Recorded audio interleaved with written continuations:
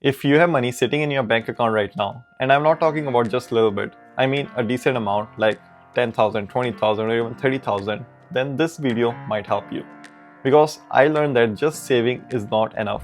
There is some stuff we need to know about how to actually handle that money. So here's what happened to me in my early 20s. I've been saving money from last 2 to 3 years. Then I remember I checking my account and see like $15,000 and thinking, okay, I'm doing right.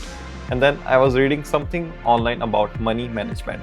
Then I started doing my math on my own situation. And I realized I was actually losing money, not because I was spending it, but because of how I was keeping it.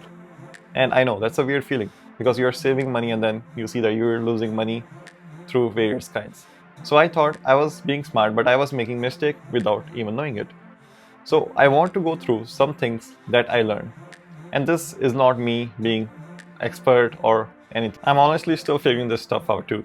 But maybe it will help you to avoid the mistakes that I made. So here's the first trap. When you have a big pile of money in one account, your brain plays a tricks on you. You start spending money you shouldn't be touching.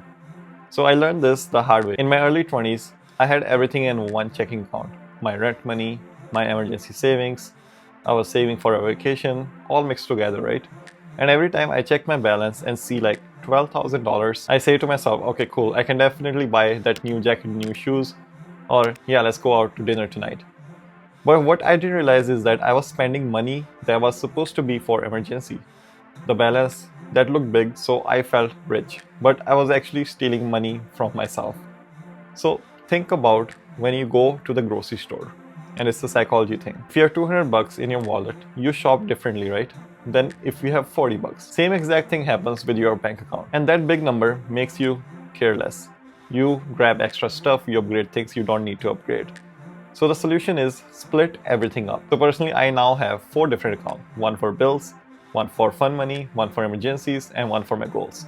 When I look at my spending account and it only has like $800, suddenly I'm way more careful. So problem solved. Second big issue here is that your money is basically sleeping while it could be working a full-time job. Let me explain what I mean with that. Let me paint a picture for you. Imagine you have a really talented friend. This person could easily make like 500 bucks a day, but instead they just sit at home on the couch watching Netflix. So that's what your cash is doing right now. Most regular bank accounts pay you basically nothing, like maybe 0.1%, 0.5%, and that's insulting for your checking or savings account. On $10,000, you're making like $1 a year. You can't even buy a coffee with that money. But here's what blows my mind too. People will spend hours trying to save 20 bucks on groceries or hunting for discount codes online. But then they will leave $20,000 in an account that pays them nothing. And it actually makes no sense. I did the math on this. If you have $25,000 in regular savings account versus high yield savings account, you're leaving about $800 a year on the table every year. And that's not even a small mistake. That's like working for free for 2 whole weeks. And we are not even talking about investing yet. Just moving your money to a better savings account. So that's same safety, same easy access, way more money in your pocket. And it takes like 20 minutes to set it up. But most people never do it because they don't know or they're just too lazy. Here's a problem number 3 that I'm going to talk about. And this one is a little bit sneaky. People convince themselves that they need way more in emergency money than they actually do. And honestly, I used to be one of that people. I had like 18 months of expenses saved up because I was paranoid. I thought I was being actually responsible. But in reality, I was just scared and it was costing me. Let's break down what you actually need for emergency. So rent or mortgage, food, the basic stuff, utilities like electricity and water. You don't need a fancy coffee, you don't need to save money for takeout. And your minimum debt payment, right? If you have any. That's it, nothing fancy. So add those up for 1 month, then multiply by 3 to 6 months depending on your situation. If you have super stable job, you're earning $100,000 or $70,000 is super stable, 3 months is fine. Freelancer or worry about your industry, if you're a real estate agent or if you're in a sole proprietor business, you worry about your income, then go for 6 months. So that's your number. Anything above is just dead weight. So I had a roommate who kept $35,000 in cash for emergency. His actually emergency fund should be like $8,000 if we calculate. And that extra $27,000 was just sitting there losing value. When I finally convinced him to invest more of it, he couldn't believe that he waited so long. So here's my personal rule now. Emergency fund is in a high yield savings account, so easy access, right? Everything else either gets invested for the long term or goes into separate account for a specific goal I'm working toward. No more money sitting around doing nothing. Now let's talk about problem number 4, and it's the silent killer. It's inflation. So this is the one most people don't see coming. So you know how everything feels more expensive than it used to be?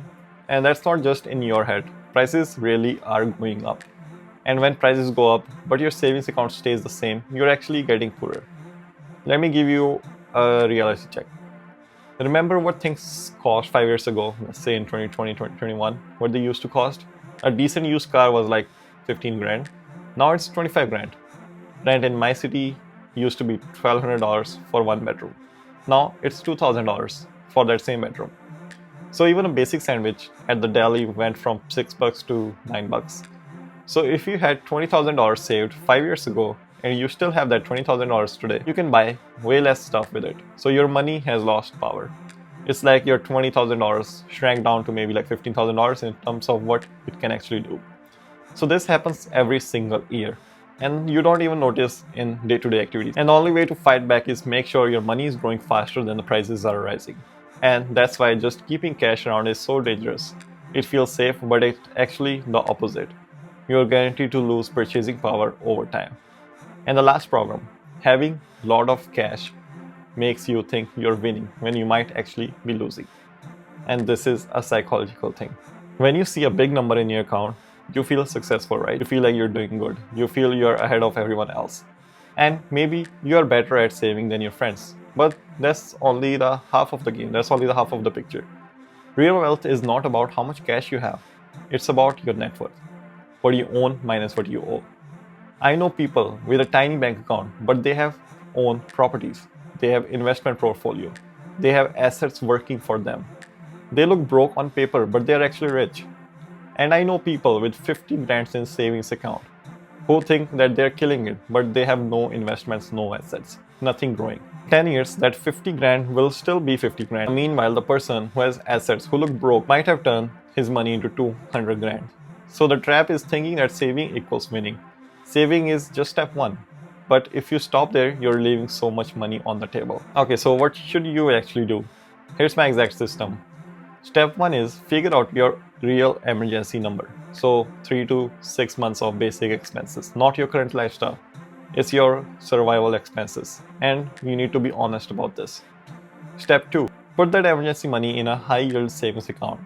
So right now, these pay around 3 to 4%. So way better than a regular bank. And you can still access this anytime. Step 3, any money you don't need for emergency or for something specific in the next year or two, that needs to be invested. And I have made many videos on masterclass of how to start investing.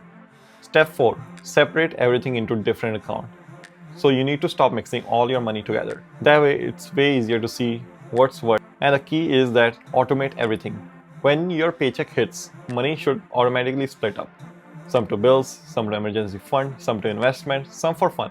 You set it once and you forget it. Check every few months you're not wasting too much of your cash. Make sure your emergency fund is not getting too big. And when you get a raise, increase those automatic investment. So the goal is not to have zero money in your bank. And that's dumb. The goal is to have a right amount in the bank and everything else working hard for your future. Alright, that's it. And if this helped you see your money differently, smash that like button, drop a comment and tell me how much do you keep in savings. And hit subscribe button for future finance and investing content. Thanks for watching and see you in the next one.